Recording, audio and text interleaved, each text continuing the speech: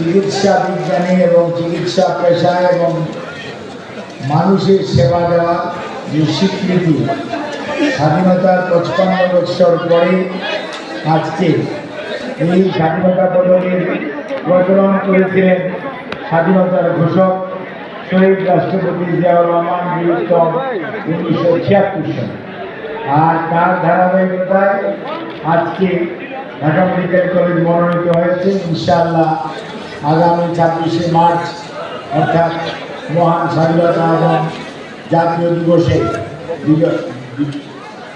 দিবসে এই পুরস্কার নিশ্চয়ই ঢাকা মেডিকেল কলেজ ও হাসপাতাল পরিবার গ্রহণ করবে।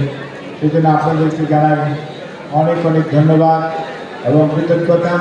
আর সেই সাথে শ্রদ্ধার সঙ্গে স্মরণ করি আমাদের হসপিটালের কর্মরত বিভিন্ন পর্যায়ে চিকিৎসক, শিক্ষক, কর্মকর্তা, কর্মচারী আত্মত্যাগ এবং স্বাধীনতা যুদ্ধে এই ঢাকা মেডিকেল কলেজের বেশ কয়েকজন শিক্ষক